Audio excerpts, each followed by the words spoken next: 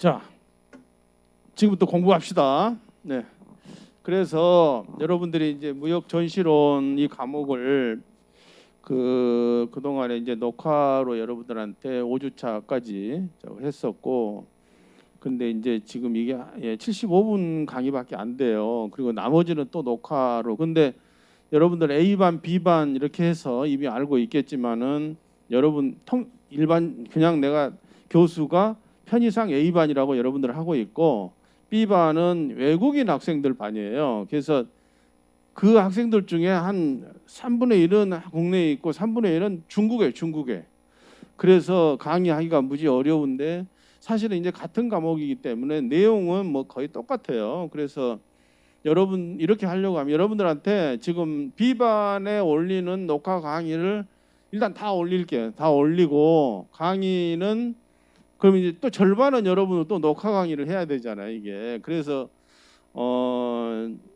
일단 다 올려놓고 지금 실제 대면 강의에서는 이 전반적인 내용하고 그다음에 그 주에 배우는 전반적인 내용하고 그리고 또 우리 한국 학생들을 위한 내용으로 주로 그렇게 강의를 진행하려고 합니다. 그래서 뭐 질문 과제라든지 또 여러분들이 이제 물어보고 싶은 거 그런 것들을 위주로, 그러니까 조금 이 녹화 강의하고는 좀 틀리겠죠. 이제 그렇게 생각을 하시면 되겠어요.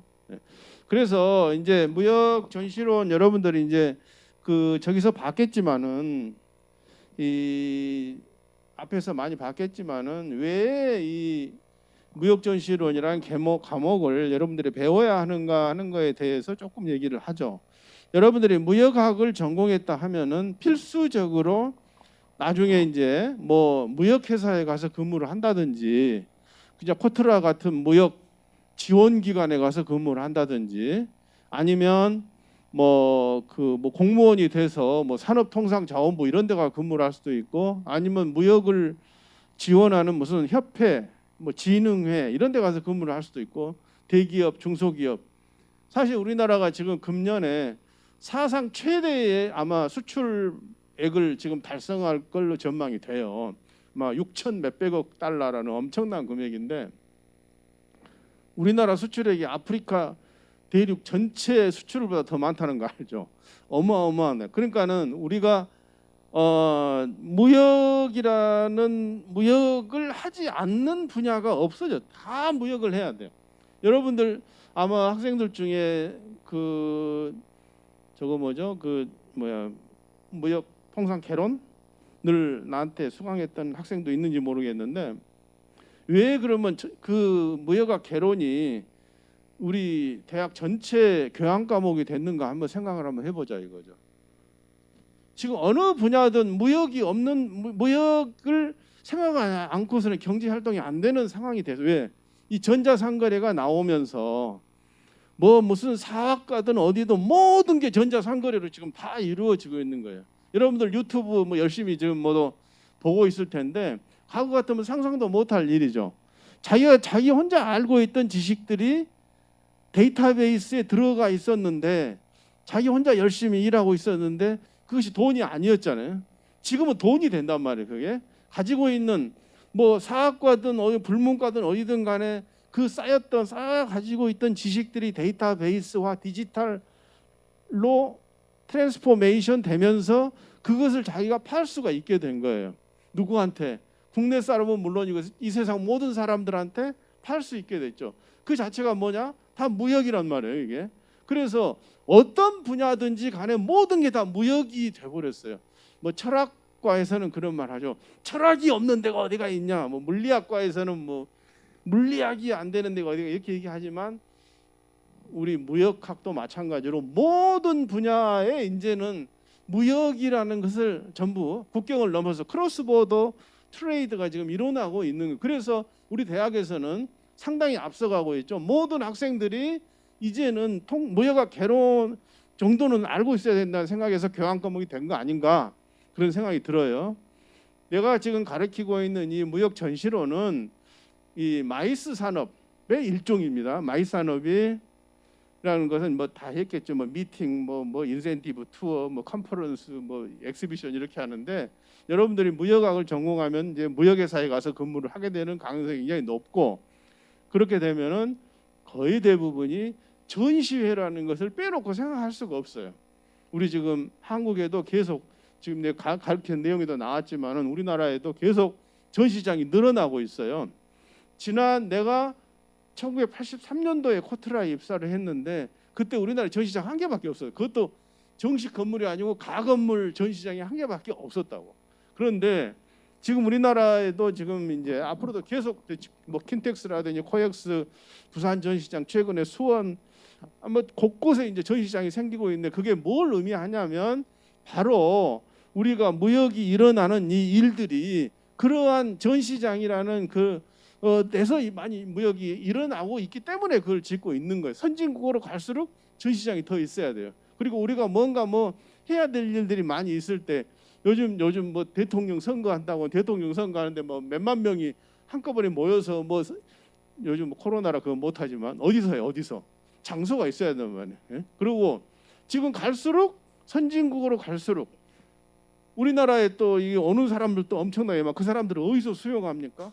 그 수천 명, 수만 명의 사람들을 수용할 장소가 있어야 되고 그것이 또 떨어뜨리는 그 돈들이 엄청나다고 이게 강의 내용에서 봤지만 그전에 코로나 나기 전에 인천에 무슨 뭐 중국 무슨 회사 사람들 4천 몇백 명이 와가지고 뭐 무슨 별에서 온 그대처럼 뭐 무슨 맥주를 마시면서 치맥을 먹고 뭐 이런 것들이 뭐냐 결국은 우리 대한민국에 돈을 떨어뜨리고 가는 거 아닙니까? 저렇게 얘기해요. 뭐 무슨 뭐라고 그러죠? 뭐 한 편이 하나가 소나타 뭐 100대 파는 거 똑같아 그런 얘기 많이 하잖아요. 뭐 소나타 승용차 마이스 산업이야 그런 거죠. 하나도 거의 원가 들어가는 게 별로 없어. 그런데 우리한테 떨어지는 이 대한민국에 떨어지는 경제적인 그런 낙수 효과라는 건 엄청난 거예요. 그래서 선진국들은 이미 오래 전부터 유럽이나 미국에서는 이 마이스 산업을 육성하기 위해서 굉장히 노력을 많이 했던 거예요. 우리도 이제 그 단계에 지금 온 거죠. 그래서 이제 지금 코로나 때문에 뭐 여행사들이 많이 뭐 문을 닫고 막 이게 난리인데 이게 이제 금년 내년 지나면 다시 이제 이게 붐을 일으키고 그리고 지금 강의 내용에서 얘기했지만은 작년에 전시회를 못했죠 모두 전시회를 못했는데 지금 다시 하고 있단 말이에요. 하고 있어요. 왜? 해보니까 그냥 이거 화상으로 이거 해보니까 이거 안 된단 말이에요. 이게 뭘 봐야 될 거 아니에요. 봐야 안 보고 뭐 어떻게 무역을 해? 그냥 뭐 보고 안 된다. 그래서 또 이제 그 전시회를 주관하는 엑스비션 오거나이저들도 아무것도 안 하고 있을 수 없어요. 그래서 다시 이제 지금 공부했던 미국의 CES라든지 이런 전시회들이 다시 다 지금 금년부터는 복귀돼 가지고 지금 다시 전시가 개최되고 있는 거예요. 근데 왜 그렇게 전시회들을 중요시 하느냐 하는 것은 지금 강의 내용에서 많이 얘기를 했죠. 그만큼 마케팅을 하는 수단으로서 가장 중요한 그런 수단 중에 하나이기 때문에 그걸 하는 거라 이거죠. 그래서 이제 전시회를 어떻게 뭐 개최하느냐, 그다음에 전시장이 어떻게 돼 있느냐, 또 전시장이 뭐 어떻게 운영되느냐 그런 것들을 이제 쭉 공부를 했었는데 잠깐 그동안에 배웠던 것들을 조금 리뷰를 하고 우리 오늘 강의 6번째 6주차 강의로 넘어갑시다. 지금 이런 거죠. 이제 중국 아오란 그룹 4,500명이 월미도에서 치맥 파티를 했다. 1인당 100불씩만 쓰고 갔다 해도 얼마예요? 엄청난 돈이죠. 450만 불이라는 데는 엄청난 돈을 쓰고 간 거예요. 이런 효과가 있기 때문에 그리고 여러분들이 졸업을 하고 실제 이 산업에 가서 종사를 할 수도 있어요. 그러니까 이런 거 하려면 얼마나 4,500명이 밥을 먹으려면 여기에 지금 알바생이 아마 수백 명이 있었을까 알바생만 해도 그런 거예요 이게. 그리고 또 여러분들이 실제로 전시 주최자 오거나이저 회사에 가거나 장치 시공하는 그 컨스트럭션 하는 회사에 가서 근무를 할 수도 있고 여러분이 거기 한 10년, 15년, 20년 그런 회사에 근무하다가 나중에 뭐가 되느냐? 프로젝트 매니저가 되는 거예요. 프로젝트 매니저라는 게 뭐죠? 어떤 큰 행사를 주관하는데 뭐 BTS가 공연을 하는데 뭐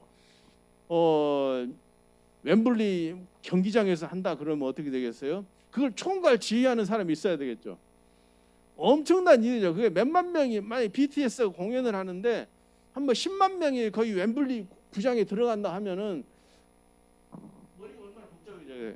그걸 전체를 총괄하는 사람이 프로젝트 매니저입니다. 여러분들 앞으로 프로젝트 매니저 될 수 있어요. 그런 생각을 하면 이 전시 마이스 산업이 그런 데로 의미가 있구나 하는 것을 여러분이 생각할 수가 있을 겁니다. 그래서 이제 여기 지금 마이스 산업에 관련된 그런 이제 단체들 이런 걸 정리해서 여러분들이 이런 데 가서 근무를 할 수도 있습니다. 네. 우리 지금 지금 현재 어떻게 하죠? 두바이에서 지금 엑스포가 열리고 있어요. 두바이.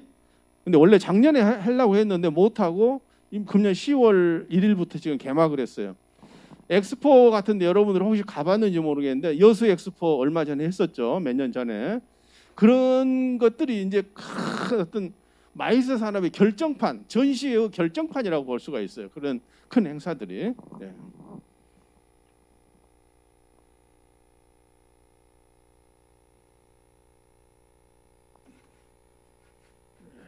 그래서 이렇게 됐었고.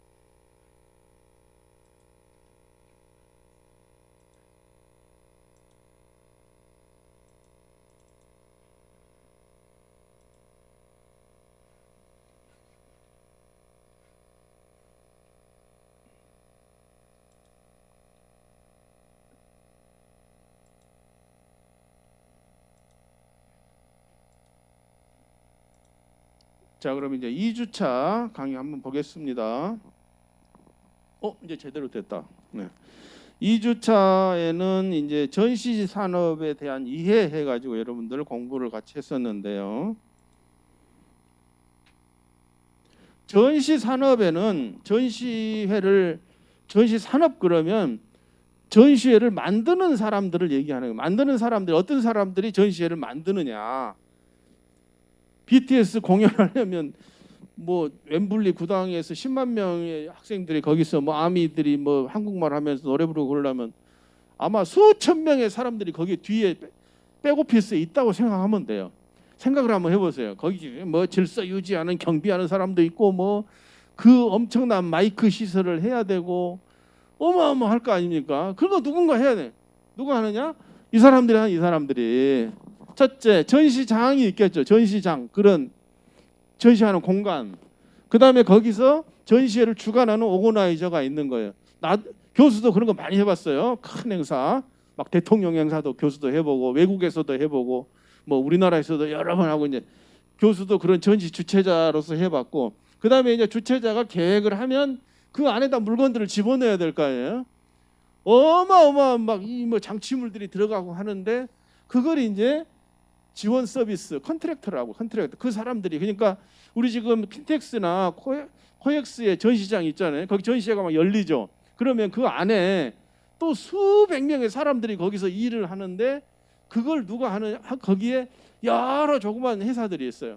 뭐 안내양이나 무슨 뭐 통역이나 뭐 이런 것만 해주는 회사도 있고 무슨 렌탈하는 회사도 있고 뭐 식당하는 사람도 있고 수많은 사람들이 거기에 있다. 그러니까 거기서 생각해 보세요. 큰 전시회가 하나 있고 전시장이 큰 게 있으면 거기서 일하는 그 사람들의 경제적인 파급 효과라는 게 엄청나다는 걸 금방 알 수 있지 않습니까?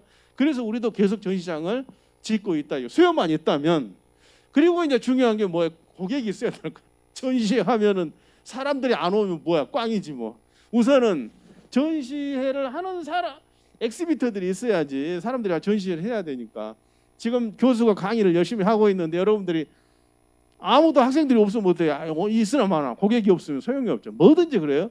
여러분들이 이 비즈니스를 사실 배우는 비즈니스 장사하는 걸 배우고 있다면 무역학과랑 무역학과 경영학과 다 장사하는 거 배우는 거예요.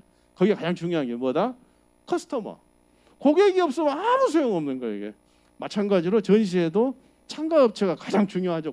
중요한 고객이고. 그리고 이제 사람들이 와야 되겠죠. 바이어들이 와고 가서 구경하는 사람도 있고 뭐 언론사도 와가지고 기사도 써주고 해야 된단 말이에요. 그래서 이런 사람들이 전시 산업을 만드는 것이다, 그렇게 이해하면 되겠어요. 그리고 이제 중요한 거, 전시장은 국가에서 지어야 됩니다. 국가에서. 지난번에 시험에도 냈죠. 여러분들 뭐 시험 다 잘 봤는데 100점이 뭐 거의 3분의 1 이상 된 것 같아요. 전시장은 생각을 한번 해보세요. 킨텍스 전시장이 그게 엄청난 양, 그게 뭐 몇십만 평방미터에 된 거예요. 그 땅값 한번 계산. 요즘 뭐 무슨 뭐 대장동이야 무슨 동이야 뭐 하면서 땅값 뭐 하고 그러는데, 킨텍스 전시장의 땅값을 계산하면 천문학적 숫자일 거 아닙니까? 그 돈을 뭐 아무리 큰 삼성전자라 해도 그 돈 낼 수 있어요? 전시장은 장사가 잘 안 돼. 그 지어놓고 들어간 돈에 비해서. 킨텍스 전시장 지는데 몇 천억 돈이 들어갔어요. 어디서? 우리 중앙정부하고 경기도 뭐 코트라 막 이런 데서 돈을 투자해 가지고 전시장을 지은 건데, 그 전시장 자체로서는 그것만 해가지고 장사가 안 되는 거예요. 적자. 왜 그런데 하느냐? 경제적 파급 효과 때문에 한단 말이에요. 그래서 그런 여러분들 경제학 배우면 시장은 실패란 거예요. 시장 실패.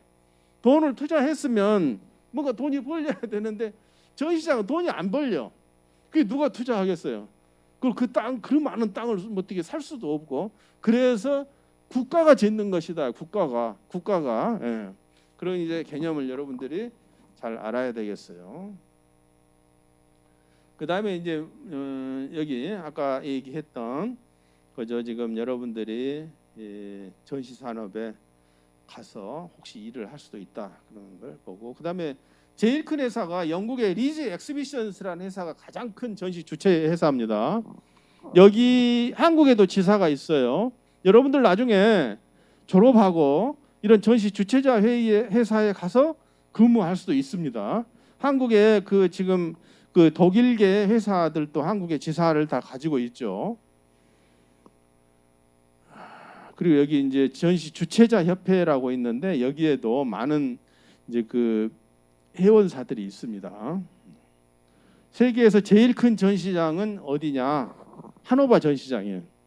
독일 하노버라는 데는 독일이 이렇게 있으면 제 위에 함부르크라는 도시가 있고, 거기서 한 180km 정도, 거의 대전 정도 내려가면 하노버라는 도시가 있는데, 하노버에 세계 최대 전시장이 있습니다. 전시 면적이, 교수가 거기서 무려 4년 동안 거기서 열심히 엄청난 전시회들을 많이, 거기서 이제 한국관 코리아 파빌리온을 만들어 가지고 거기서 했죠.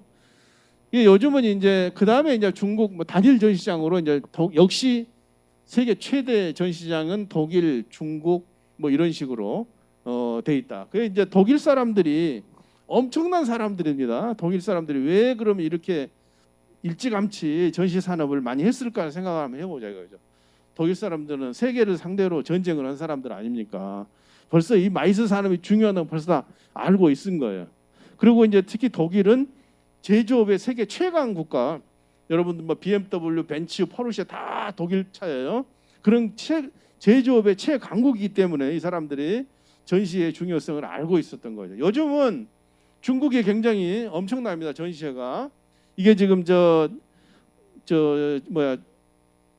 중국 상하이 홍차오 지역에 있는 그 국립 전시 컨벤션 센터예요. 네잎 크로바처럼 멋지게 지었죠. 중국도 이제 그만큼 전시회가 중요하다는 걸 알고 있었다 이거죠. 그래서 이렇게 전시장을 멋지게 만들고, CES에 대해서 여러분들하고 같이 여러분들 이제 자세히 공부를 했었는데,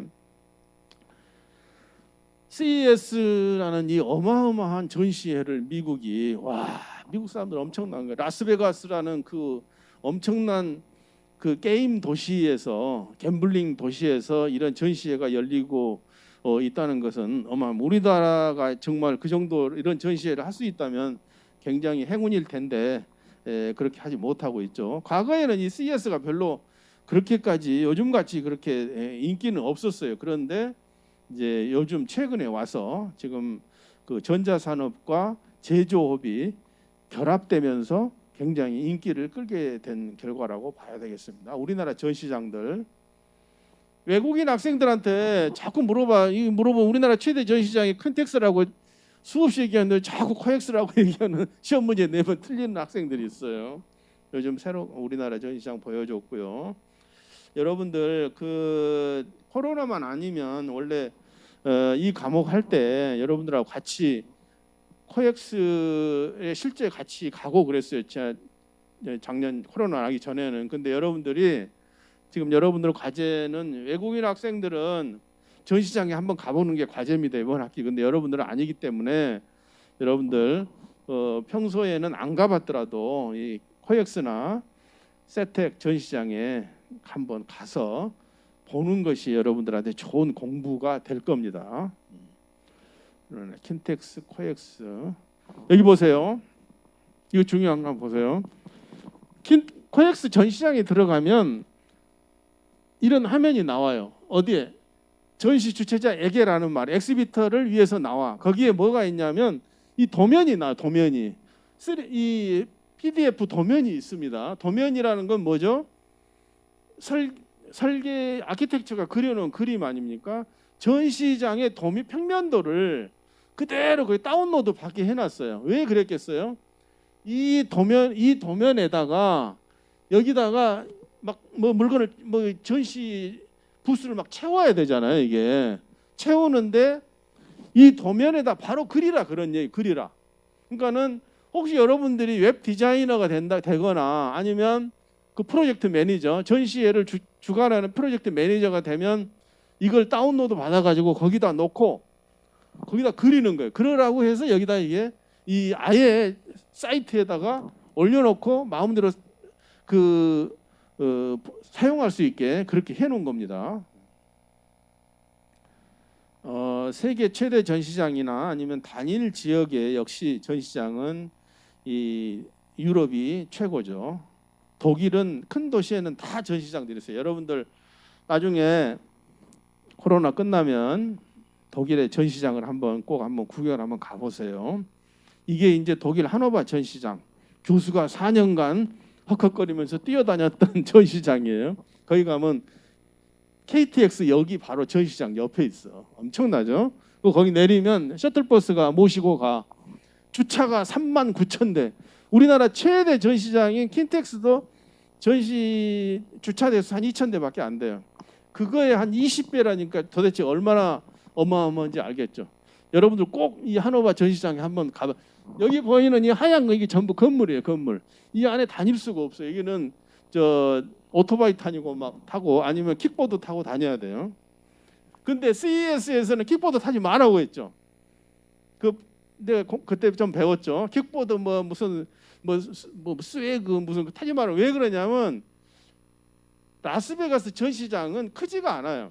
여기는 지금 야외에 엄청나게 큰 이 들판에 이 건물들이 있기 때문에 그 안에서 자동차로 막 이동하고 그래. 하도 크니까. 근데 CES 라스베가스 전시장은 이 건물 내에 있단 말이에요. 그리고 좁은 공간에다 많이 몇천 개 업체를 집어놨으니까 거기서 킥보드 타고 다니는 사람들 다 막 부딪히고. 그래서 룰이 다 틀려요. 전시장마다. 전시회마다 틀린 거예요. 로컬 룰이 다 틀려요. 이게 어떤 데는 되는데 여기는 왜 안 돼요? 그거 아니다 이거죠. 전시장의 특성이나 전시회의 특성에 따라서 그 로컬 룰은 전부 다르다. 그렇게 이해하면 됩니다. 영국 버밍엄 전시장, 영국 중부에 있어요. 이거 대단합니다. 여기도 가면 하노바만큼 크지는 않은데 비행장, 철도 다 있어요. 여기도 중국 전시장이고요. 요새 공간기획이라는 거 했었죠. 공간기획. 바로 이제 공간기획이 이제 굉장히 중요한데 전시회를 개최하려면 전시 주최자가 전부 이 회사들로부터 이 신청을 받아요. 신청을 제가 참석하겠습니다 하고 그래 빨리 와 해가지고 부스 배정을 해. 여기다 이게 배정을 해줘. 여기다 너는 몇 번이다 몇 번이다 그래가지고 A 블록, B 블록, C 블록 그러면 A에 제로, A01, A02, B01, B02 남발을 다 주는 거예요. 그 부스 남발 신청해서 그 장소가 확정되면 부스 남발을 줘요. 부스 남발가 굉장히 중요하죠. 왜? 이 큰 전시장에서 내가 어디 있는지 어떻게 알아? 바이어들한테 우리 회사 부스로 오세요 하려면 반드시 뭐가 부스 넘버를 알려줘요. 부스 넘버를. 그래서 이 배치도를 그리는 것이 공간 기획이라고 한단 말이에요. 플로어 플래닝이라고 그래요. 어디다 그리느냐? 아까 그 바로 전시장에 도면 다운로드 받았던 데다가 이렇게 그리는 거예요. 이게 바로 웹 디자이너들이 거기다 그릴 수 있게 CAD라고 알아요. 여러분들 CAD 얘기 들어봤어요? CAD캠. 컴퓨터 에이디드 디자인이라고 그러죠. 이게 공대생들이 하는 거예요. 이게 우리 공대생들이 들어가면 옛날에는 막 줄 긋고 이렇게 했지만 지금은 다 컴퓨터로 도면을 그려. 똑같아요. 여기서도 똑같이 그립니다. 아까 봤던 그 전시장의 도면에다가 이렇게 하나하나 배치를 하고, 그리고 요즘은 어떻게 이렇게 멋있게 칼라로 만들고 궁극적으로는 이렇게 3D로 도면을 만들어요. 그러니까는 이 캐드캠 하시는 분들이, 디자이너들이, 컴퓨터 디자이너들이 이렇게 보면 어떻게 되죠? 아, 지금 이미 개최되는 전시회가 다 보여. 우리 지금 요즘 전투기 만들죠. 뭐 T-50 전투기만 만들고 있잖아요. 저 사천에 가면 카이라고 그 항공우주산업 그 회사가 있어요. 내가 지금으로부터 한 15년 전에 전 세계의 항공기 부품 제작사 사람들을 데리고 한국에 온 적이 있는데, 그때 저 대전에 있는 항공우주연구원에서 그분들한테 우리도 전투기 만듭니다 하고 딱 보여준 게 뭔지 알아요? 이걸 보여준 거예요. 이걸 3D 도면, 3D로 보면, 예를 들어서 여기를 딱 누르면 이게 탁 나타나면서 어떻게 여기는 이 재질은 뭐고 요건 뭘로 만듭니다. 이게 다 나오게 돼 있어요. 그러니까 이제 이거 하려면 이제 여기에 무지 레이버가 많이 들어갔겠죠. 디자이너들이 엄청나게 많이 작업을 했겠죠. 근데 요즘은 이렇게 해서 전시 발주자란 얘기 했어요. 발주자. 그러니까는 예를 들어서 산업통상자원부가 코트라한테 돈을 주면서 당신들이 이 전시회 하세요 그러면 산업통상자원부는 발주자가 되는 거고, 스폰서 발주자가 되는 거고, 코트라는 엑시비션 오거나이저가 되는 거예요. 그럼 오거나이저가 여러 콘트랙터한테 얘기를 하면 돈을 많이 주면 줄수록 이런 3D 도면까지 환히, 그러면 이제 대통령이 오시면 이걸 딱 해서 브리핑을 이렇게 프레젠테이를 하는 거예요. 여기는 어디 있습니다. 네. 이 정도로 전시 산업이 굉장히 IT 산업에 의해서 고도화되고 있다는 것을 얘기할 수 있습니다. 부스 형태에 대해서 얘기했었는데, 아까 그 부스를 보면 여기 보세요. 부스가 이렇게 성냥꽉처럼 이렇게 막 돼 있는 거, 이런 게 조립 부스예요. 이런 거. 그리고 여기 보면 따로 돼 있죠. 완전히 독립 부스입니다. 예를 들어서 우리 삼성전자나 현대자동차가 미국 CES에 가서 전시회를 하면 삼성전자가 좀스럽게 이런 데 가겠어요? 안 가지. 따로 전시 주최자한테 이 면적을 임차해 가지고 거기다 자기 나름대로 새롭게 여기다가 시공을 하는 거예요. 컨스트럭션 하는 거예요. 그게 바로 독립 부스라고 그래요. 독립 부스. 근데 우리 중소기업들은 그렇게 할 능력이, 이거 하려면 삼성전자가 CES 가면 돈 300억, 400억 든다니까. 엄청난 돈이 드는 거예요. CES 한번 가는데 이게 중소기업들이 그런 돈이 어디 있어? 그러니까 이런 조립 부스에 들어가는 거예요. 이게. 그러면 이런 조립된 부스는 전시 주최자가 자기들이 일괄 다 만들어 가지고 한꺼번에 파는 거예요. 얼마? 패키지로 팔아. 지난번에 우리 봤었죠. 메디카 전시회나 하노바 메세 전시회는 그렇게 얼마 일괄해서 패키지로 팔면 중소기업은 그게 머리 아플 필요 없이 와서 전시품만 여기다 진열을 하면 되는 거예요. 그렇게 돼 있습니다. 그래서 두 가지 크게 전시 부스의 형태는 이 조립 부스와 독립 부스로 나눠진다. 그 정도만 알고요. 그리고 이게 3x3이라는 얘기 있죠. 3x3. 이게 뭐냐면 조립 부스가, 아마 지탭 했던 학생들은 잘 알 텐데, 부스가 3m 곱하기 3m로 돼 있어요. 3, 3은 9 스퀘어 미터죠. 근데 보통 그걸 그냥 100피트라고 그래요. 곱하기 10 해가지고 피트하고 스퀘어 미터가 비슷한데, 그래서 9 스퀘어 미터가 기본 부스 3 곱하기 3.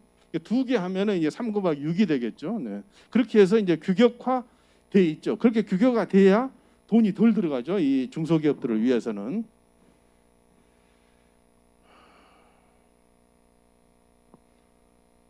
아까 봤던 내용이고요. 그 다음에 전시회를 할 때는 뭐가 있어야 돼요? 물건이 있어요. 전시품이 있어요. 전시품이. 전시품이라는 것은 전시장에다가 진열할 물품을 얘기하는 거 아니에요? 그것이 어떤 것은 뭐 싼 것도 있고 비싼 것도 있고 한데, 전시회란 거 어때요? 딱 정해진 기간에 전시회가 열리죠. 뭐 1일부터 4일까지. 근데 일반적으로 전시회가 열리려면 전시품이 언제 가야 되겠어요? 일주일 전까지는 가야 돼. 그 현장에. 그러니까 독일 하노바에서 1일부터 전시가 개최된다 그러면 한 일주일 내지 5일 전에는 이미 그 독일에 도착을 해서 전시장에 있는 보세 창고에 그게 들어가야 된단 말이에요. 그러고 나서 하루 전날 다 정치가 끝나면 그 전날 아침에 그 카톤 박스나 아니면 이 우든 박스를 갖다가 전시 부스 앞에 갖다 놔요. 그러면은 전시 부스 담당자가 와가지고 그걸 뜯어서 자기 부스에다 진열을 하는 거죠. 근데 생각해 보세요. 이 만약에 이렇게 정확한 스케줄로 가야 되는데, 배가 어떻게 지금 수혜주에서 좌초돼 가지고 앞에서 못 가. 일주일 지연돼. 그럼 어떻게 돼? 전시회 다 끝나버리지 이게.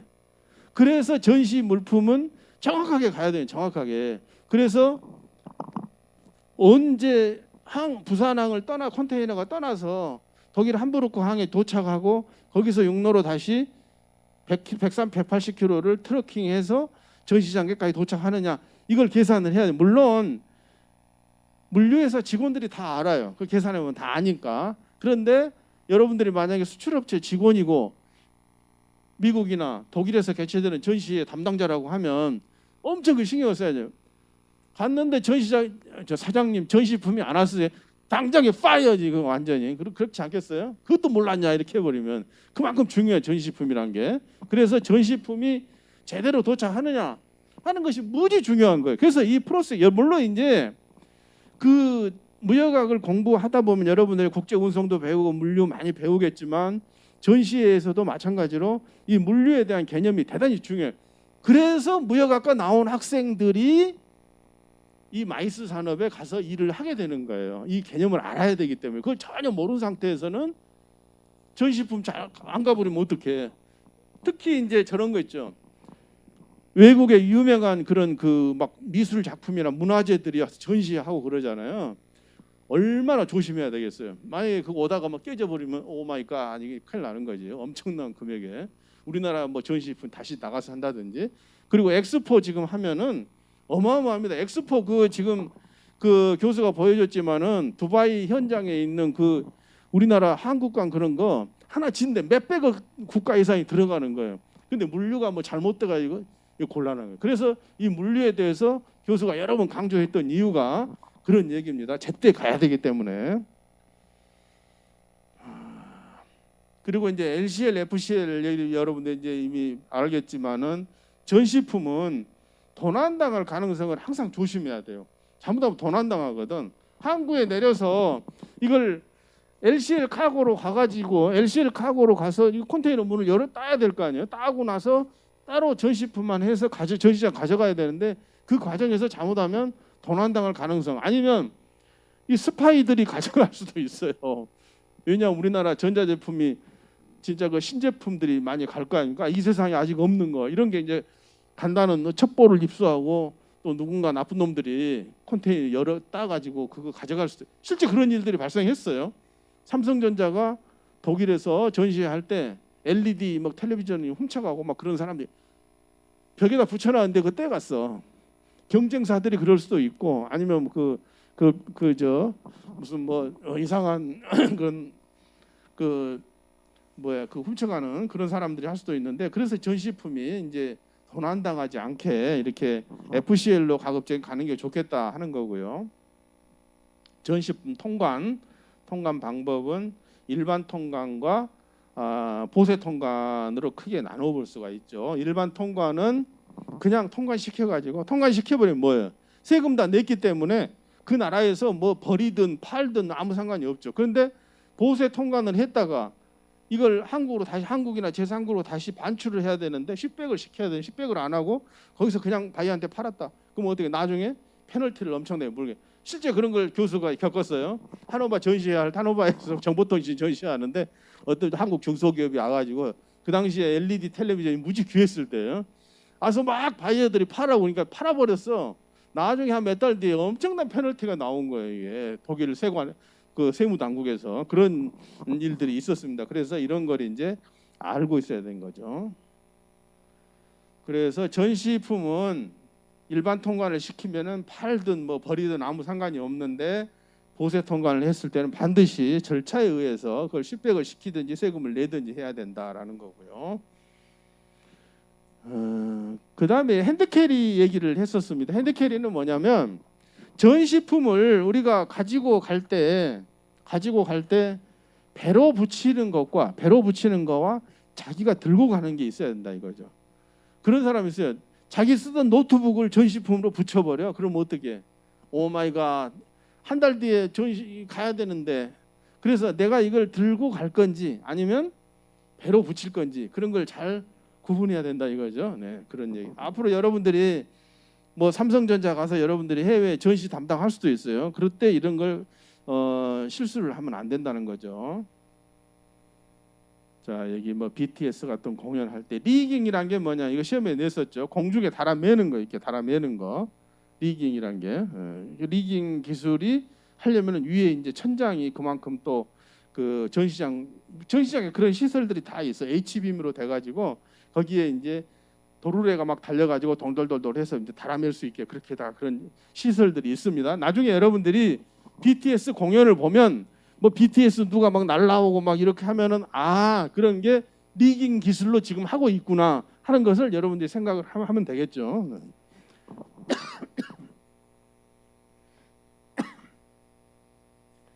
전시회는 이런 사람들이 이제 수고를 많이 해주십니다. 다 우리나라 전시장에도 소속돼서 이렇게 알바식으로 하는 분도 있고 여기는 이제 통역하시는 분이에요. 그런 분들이 수고를 해서 이제 전시회가 만들어집니다.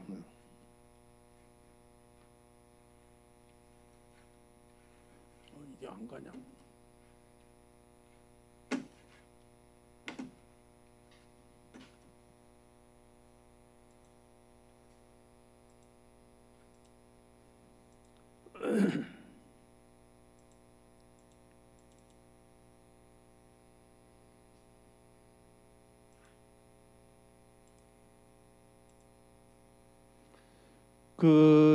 이건 이제 해외 전시회에 관한 건데 이제 우리가 3주차에 배웠던 내용이죠.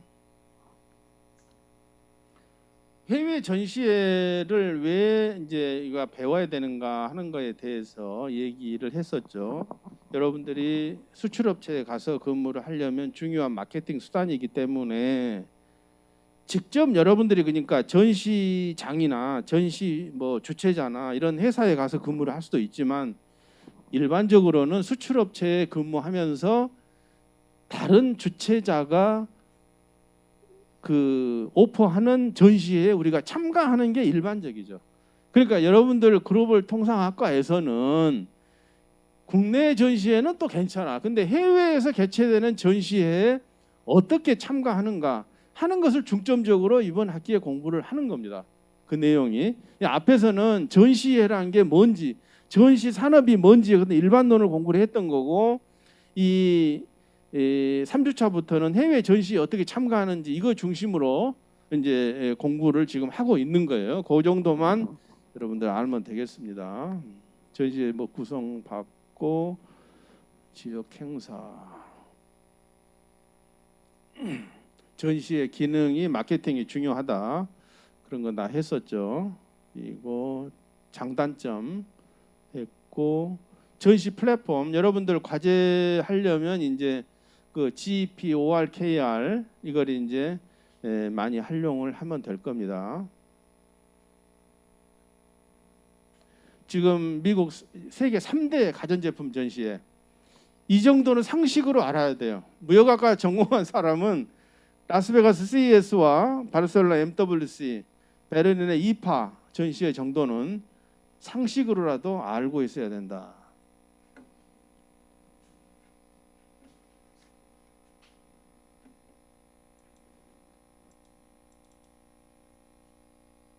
이거 지금 아까 했던 내용들이죠.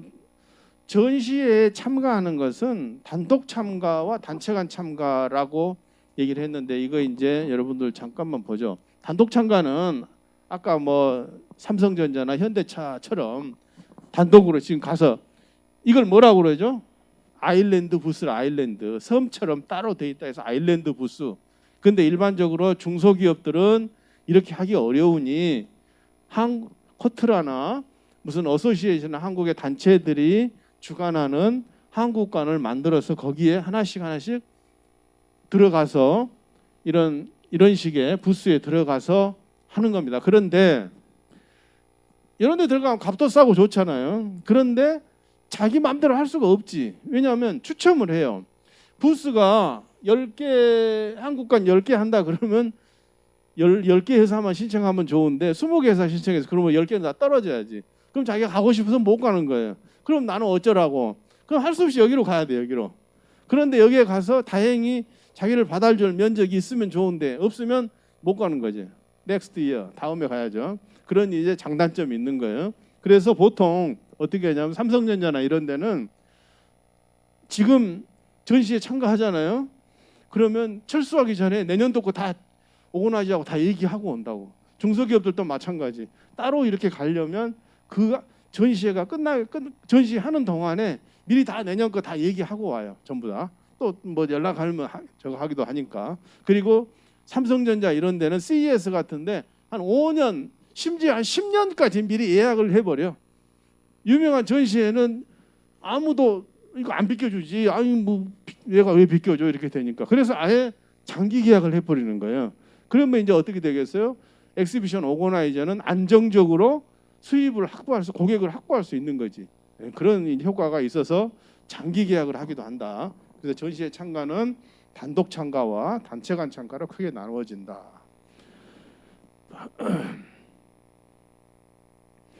여러분들 나중에 라스베가스, 교수도 아직 못 가봤어요. 라스베가스를 가봤는데 전시회 CES는 못 가봤습니다. 그래서 여러분 나중에 그 좋은 전자회사 같은 데 근무하면 꼭 라스베가스 전시회 한번 가보기 바랍니다.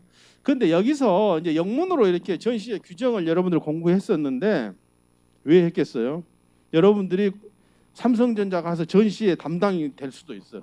그러면 물론 에이전트들이 알려줘요. 그러나 알아야 되는 거지. 모르고 하면 안 돼. 에이전트가 그걸 알려주더라도 여러분들이 전시회 담당자가, 수출업체 전시회 담당자가 이 내용을 모르고 하면 되겠냐 말이에요. 18세 이상은 못 들어간다고 규정이 분명히 있는데 아이고 뭐 우리 뭐 초등학교 학생 구경 좀 해라.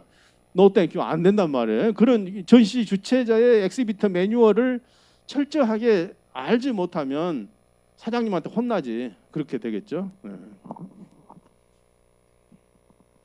지금 그 여기 독일 전시회하고 미국 전시회를 이렇게 비교를 했었는데요. 용어가 좀 틀려요. 용어가 이게 왜 그러냐? 미국에서는 부스라고 그러는데 유럽에서는 스탠드라고. 스탠드. 그게 미국식하고 영국 영어의 유럽 영어의 그 차이점이라고 보면 내용은 똑같은 얘기입니다. 별 뭐 틀린 얘기 아니에요. 근데 일반적으로 이 엑시비션 전시회 하는 사람 다 부스라고 그래요. 스탠드라고 하는 사람 별로 없어요. 네. 그리고 미국에서는 쇼라고 그러고 유럽에서는 엑시비션이라고 그러는 똑같은 얘기인데 쇼라고 하는 사람 별로 없어요. 주로 엑시비션 이렇게 얘기를 하죠. 그러니까 어떨 때는 미국 용어 썼다, 어떤 얘기는 뭐 유럽식 용어를 썼다가 하는 건 정도 차이지 별건 아니다. 예. 이렇게 패키지로 이렇게 파는 거예요. 큰 중소기업들을 위해서. 근데 이 미국의 CES 담당자하고 내가 얼마 전에 미국 코트라에서 라스베가스에서 그 한국관 했던 담당자하고 한번 연락을 해봤더니 그래요. CES 가기 무지 어렵대요. 전시장에 한정돼 있고 어느 사람은 엄청나게 많고 하니까 작년에 왔어? 뭐 조그만 한국에서 야 작년에 왔어요. 오지 마. 뭐 이렇게 되고 뭐 이 제품 뭐예요? 그러면 신제품이야? 아닌데 오지 마. 뭐 이런 식이라는 거라. 더군다나 만약에 짝퉁 제품이면 그건 아예 아웃이지. 지금 여러분들 전자상거래 이제 뭐 글쎄 교수가 이제 가르칠 기회가 별로 없구나. 아무튼 그 전자상거래 보면 그래요. 아마존 같은데 짝퉁 제품이 있지 절대 안 돼. 그건 철저히 그건 못하게 합니다. 그건 이제 카피한 제품은. 근데 가끔 보니까 우리나라 우리 쿠팡에는 좀 있더라고. 뭐 중국에서 뭐 샤넬 가방 뭐 무슨 팝니다 막 이런 거. 샤넬 가방을 파는 게 아니라 샤넬 가방을 넣을 수 있는 포장 박스를 팝니다. 뭐 그런 것도 다 저작권에 지식재산권에 위배되는 거예요. 아마존 같은 데는 철저히 이거 팔지 못하게 돼 있어요. 마찬가지로 전시회도 마찬가지. 그리고 그 정도로 CES 같은 게 가기가 어려워. 우리나라 중소기업이 가고 싶어도 못 가. 그래서 한국가를 만들어가지고 추첨해가지고 어떻게 한번 기회를 마련해 주는 거예요. 그래서 이제 이 굉장히 비싼데 그러다 보니까 중소기업이 가기가 어려우니까 이렇게 패키지로 파는 거예요. 국내에 이제 이 전시회 그 에이전트들이 다 있습니다. 이제 그 저기가 그 한국 회사들이 직접 다 컨택하기 어렵잖아요. 어느 학생이 질문도 했습니다마는 이 일일이 뭐 막 전부 뭐 한오바 전시장 여기 뭐 이메일 보내가지고 너무 힘들어. 그러니까 그 전시 주최자들이 한국에 에이전트를 가지고 있어요. 조그마한 이제 회사가 해가지고 알려주는 거죠 이게. 근데 신청은 직접 한오바 메세 주최자한테 하는데 그 하는 방법이나 이런 것들을 다 가르쳐줘요. 그런 회사들도 많아요. 그래가지고 한국관이 한오바 메세 뭐 한국 회사가 몇 개 참가했다. 그러면 그 이제 그 에이전트한테 커미션을 주지. 뭐 5%, 3% 이렇게. 그렇게 이제 그래서 그 사람들이 그 안내해 주는 대로 그렇게 해서 전시에 참가하는 거예요. 자, 5주차 강의인데 이거 이제 지난 시간에 했던 거죠. 어떻게 전시에 참가하느냐, 사전조사, 참가 준비, 전시에 참가, 사후 관리 이런 식으로 한다고 했고 의사결정 프로라고 했는데 중소기업 같은 경우는 실제로 이렇게 하는 경우가 별로 없어요. 중소기업 해봐야 사장님하고 수출 부장하고 과장하고 직원들 뭐 몇 명밖에 없는데 이렇게 복잡한 프로세스를 가지고 전시회를 하는 일은 없지만 여러분들이 이 무역 전시론을 배우는 데 있어서는 이 정도의 프로세스에 의해서 업무가 처리되어야 한다는 정도의 개념은 여러분들이 가지고 있어야 되는 거죠. 대기업 같은 삼성전자 같은 데 1년에 수많은 전시 전 세계에서 막 참가를 합니다. 그런 데는 이런 어떤 참가의 상당히 체계적인 그런 분석과 준비가 필요하겠죠. 목표 수립이 중요하다라는 얘기했고요. 그리고 제일 중요한 게 세일즈 리드라는 얘기했죠. 세일즈 리드라는 것은 실제로 그 바이어가 우리 부스에 와가지고 왔어. 부스가 여기 있잖아요. 그럼 뭐죠? 안녕하세요. 그럼 이거 한국 무슨 회사입니다. 그럼 안녕하세요. 명함 주고 조금 더 알고 싶으면 어떻게 했어요? 이쪽으로 들어오세요. 그냥 들어오세요. 들어와가지고 자리에 앉으세요 하고 뭘 원하십니까? 물어보는 거죠. 이렇게. 그러면은 바이어가 실제로 관심이 있으면 명함도 내놓고 뭐 얘기를 하겠죠. 내가 관심이 있다. 뭐해? 그리고 자기 개인 정보를 좀 풀겠죠. 그게 세일즈 리드예요. 그렇게 생각하면 돼요. 일반적으로 그냥 와서 구경하고 가만히 그 세일즈 리드가 아닌 거죠. 명함을 줬다 해도 아무 내용이 없는데. 그래서 이제 그 세일즈 리드가 가장 중요한 하나의 어떤 계약으로 성사시키기 위한 가장 중요한 가장 기본적인 정보가 되는 거죠. 그걸 얻기 위해서 우리가 전시에 참가하는 거죠. 네.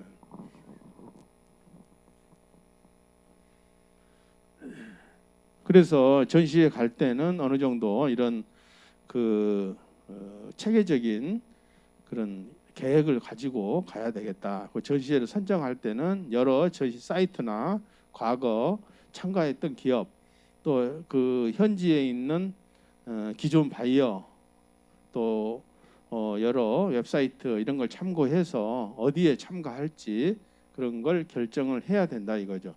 왜 그러면 이렇게 전시회를 우리가 체계적으로 선정을 해야 되는가 하는 거죠. 아까 얘기했죠. 삼성전자, LG전자가 CES 가려면 뭐 200억, 300억 든다고 엄청난 돈. 웬만한 중소기업 1년 매출액보다 더 많은 돈을 써야 되는데 거기 가서 제대로 전시회가 성과가 없이 되면 곤란하다 이거죠. 그래서 어느 전시회를 참가하겠니? 전 세계 1년에 2만 개, 3만 개 전시회가 열렸는데 그중에서 몇 개를 갈 거냐? 이런 걸 좀 체계적으로 정리를 하고 여러분들이 회사에 들어가서 뭘 잘해야 되는지 알아요? 이걸 잘해야 돼. 이거 PT를 잘해요. 사장님한테 인정받고 여러분들이 나중에 중견 사원으로 임원으로 성장을 하려면 PT를 잘해요. PT를. 내용이 중요하죠. 내가 왜 우리 회사가 이 전시회에 참가하는지에 대해서 사장님한테 임원들한테 브리핑을 해야 되잖아요. 그러려면 우선 이거에 대한 내용을 전부 알고 있어야 되겠죠. 사장님이 막 질문하는데 하나도 모르면 뭐야 안 되지. 그래서 이 전시회에 왜 우리가 참가해야 되는지에 대해서 체계적으로 보고를 하고 예산을 확보하기 위해서 이런 전시회 선정이 체계적으로 됐다는 것을 사장님한테 보여줘야 돼요. 보여줘. 그래서 이런 충분한 그런 평가도 하고 해서 예산을 편성하게 된다 이거죠. 네. 그러니까 예산이 편성됐다는 얘기는 전시에 가기 위한 돈이 마련됐다. 그 정도로 생각을 하면 되겠습니다. 네. 지금 굉장히 예산 산출이 이제 굉장히 복잡한데 이거 설명하려면 또 뭐 몇 시간을 해야 되겠지만 여러분들이 회사에 들어가면 이거 잘해야 돼, 잘해야 돼. 예산 편성을 잘 못하면은 또 욕 먹지. 그 예산과 실제 금액이 틀려져 버리면 안 되니까. 그래서 이런 걸 여러분들이 보고 어떤 프로젝트를 수행할 때 단순히 전시회뿐만 아니고 다른 것도 마찬가지예요. 다른 프로젝트를 수행할 때도 반드시 이러한 이제 예산을 세워서 사업 계획을 세워서 여러분들이 프로젝트를 수행해야만이 성공적으로 프로젝트를 수행할 수가 있겠죠. 자, 드디어 이제 우리 6주차로 이제 넘어왔습니다. 지금 이 6주차에 배우는 내용은 뭐냐면 앞에서 5주차에 뭘 했죠? 우리가 선정을 하고 뭐 이렇게 뭐 계획을 목표를 세우고 뭐 예산을 세우고 그랬죠. 그것은 어느 정도 아웃라인을 세운 거예요. 우리가 어느 전시에 간다. 이걸 이제 삼성전자 여러분이 전시회 담당이라고 한다면 우리가 내년에 전 세계에서 개최되는 20개 전시회를 가겠다 이런 목표를 세워요. 그러면 어느 전시회에 어떻게 해서 어떤 사고 예산은 내년에 삼성전자가 100억을 뭐 1000억을 쓴다. 뭐 이런 계획을 세운다 이거죠. 그래 가지고 그다음에 어떻게 해야 되겠어요? 개별 전시회별로 계획을 세워야지. 지금 6주차의 내용이 그거예요. 근데 여러분들 뭐 저희 계획을 어떻게 세우지? 이제 그래서 지금 배우는 거예요. 일반적으로 CES를 가려면 아마 삼성전자의 이 실무 계획서는 몇백 페이지 될 거예요. 몇백 페이지 이게. 생각 한번 해보세요. CES에 뭐 어떻고 개요가 어떻고 쭉 해서 하면서 우리 이재용 부회장님이 오시면 어떤 의전에 의해서 누구를 만나고 그때 만날 때 뭐 점심을 무슨 메뉴를 뭘로 할 거냐 뭐 하느냐 뭐 하고 이재용 부회장의 그 일정표 만드는 데 몇백 페이지 들어가 100페이지 200페이지 막 들어가는 거예요. 그럼 보고서를 여러분들이 써야 되는 거예요. 그런 회사에 들어가면 그걸 잘 써야 또 여러분들이 유능한 직원이 되지. 숭실대 글로벌 통상학과 보고서로 평가하는 보고서로 이게. 그래서 이 실행 계획이 너무 중요한 거예요. 여러분 실행 계획을 알기 위해서는 어떻게? 조사가 필요하겠죠. 뭔가 알아야지 많이. 뭐 봤던 그 전시업체 매뉴얼도 보고 뭐 에이전트 얘기도 듣고 막 수많은 컨트랙트들의 그 계획서를 전부 받아가지고 그걸 종합해서 이걸 만들어야 돼요. 그래야 실수가 없죠. 딱 정해진 기간 4일, 5일 동안에 이게 막 아침 10시부터 5시까지 막 움직이는데 그게 잘못되면 이게 안 되죠 이게. 그걸 지금 이번 시간에 배우는 겁니다. 이 6주차에. 보통 이제 이렇게 실행 계획서하고 그 계획서는 뭐 수백 페이지가 될 수도 있다. 이제 그래서 어떤 일정대로 이렇게 날짜별로 이렇게 해볼 수도 있는 거고, 또 그다음에 중요한 업무별로 이렇게 계획을 세울 수도 있는 겁니다. 이렇게. 어떤 회사들은 그래요. 해외 전시회 가는데 한국 명함 막 들고 가. 어떤 중소기업은 아니 외국 바이오 오는데 한국 명함 줘가지고 어떻게 하라고. 그런 것도 다 하나하나 지금 앞에서 그 체크리스트 지금 엄청나게 많죠. 수백 가지의 체크리스트를 하는데 그걸 전부 여러분들이 알고 있어요. 전시회 담당자라면은. 그래서 그렇게 복잡한 거예요. 대단히 복잡하다 이거죠. 그래서 그거 하나하나를 계획을 세워서 가야 된다. 그래가지고 이것이 제대로 되고 있는지 이걸 체크해가지고 하나하나 단계별 뭐 준비사항. 여기 지금 교수가 엑스비터 매뉴얼 얘기를 지금 많이 했죠. 제일 중요한 게 바로 이 엑스비터 매뉴얼입니다. 전시할 때는 이 사람들이 어떻게 전시회를 하고 하는 것을 다 거기 적어놨어요. 근데 이제 한국말로 되어 있는 건 별로 없지. 외국에 나가면 외국 영어로 다 되어 있단 말이에요. 그래서 무역학 전공한 학생들은 영어를 잘 해야 된다라는 결론에 도달하는 겁니다. 그래서 여기 지금 그 개막 전 준비 사항과 그러니까 개막 중 준비 사항 그리고 개막 종료 후 준비 사항 이런 식으로 나눠서 교수가 표현을 했습니다. 부스 예약. 그러니까 여기 한국관에 참가할 거 전시에 참가할 때 단체 참가와 개별 참가가 있다. 있죠. 그래서 이건 보면은 코트라 같은 데서 이제 이런 걸 전부 발표를 해요. 정부를 대신해서 한국관이 내년에 뭐 한다 이런 걸 이제 해서 거기에 언제까지 신청하라 이런 게 나오는 거죠. 네. 우리가 이거 한번 보죠. 전시회가 개최되면 전시회가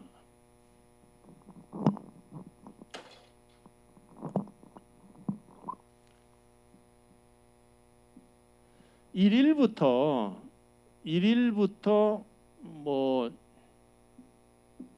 1, 2, 3, 4일간 이렇게 개최가 된다라고 하면 전시품을 여기다 진열하는 것은 진열을 해야 될까요? 진열. 부스가 이렇게 있잖아요. 그럼 거기에 전시품을 진열을 하는데 그게 하루나 이틀, 2일 정도 걸려요. 그러면 전시장을 구성할 여기에 이렇게 집을 지어야 되잖아요. 집을 언제부터 짓느냐? 보통 5일 정도 전부터 집니다. 5일 전부터. 5일 전. 이거 큰 전시장일수록 엄청나게 시간이 막 걸리죠. 이게 뭐 전시장 큰 집을 막 짓고 하니까 심지어 막 무대도 지금 무대 뭐 공연자들이 와서 공연하는 그런 무대도 짓는데 그러면 그 하노버 메세 같은 경우는 한 10일 전부터 지어요. 그러면 여기다가 전체 합은 얼마예요? 전시회는 4일밖에 안 하는데 준비는 언제부터 하느냐? 한 10일 내지 12일 전부터 준비하는 거죠 이게. 그리고 철거하는데 또 한 5일 걸려. 철수하는데. 그러면 실제 어때요? 전체 기간이 한 20일 정도 필요한 20일. 그러면 전시회를 어떻게 되죠? 킨텍스 전시장이나 코엑스 전시장이 있는데 좀 줄여서 이제 하노바 전시장 같이 다 쓴다고 한다면 한 달에 한 번밖에 못 해.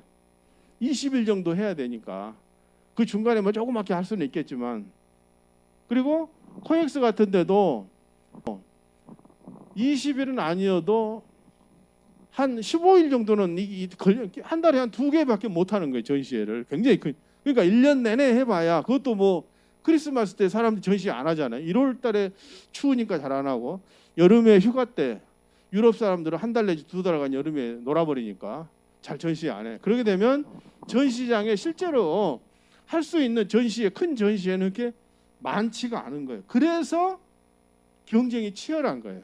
그게 경쟁이 치열해요.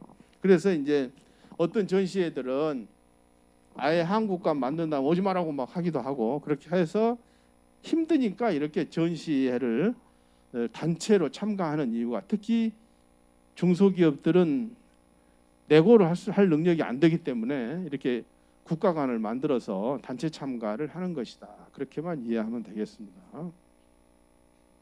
장단점 다 써놨죠. 참가 신청, 매뉴얼 숙지 여러 번 얘기했죠. 매뉴얼 숙지하는 거, 전시 주최자 접촉, 예산을 하여튼 자세히 세울수록 좋은 거죠. 자세히 세울수록. 예. 자, 여기까지만 하고요. 여러분들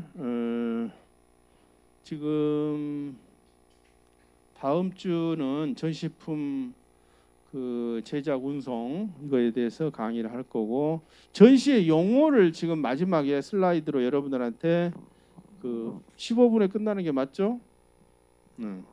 했는데 여러분들 이거 다 강의는 할 수 없지만 여러분들이 좀 그 자체적으로 좀 공부를 해주기 바랍니다. 네. 강의는 여기까지만 하고 혹시 질문 있으면 좀 하세요.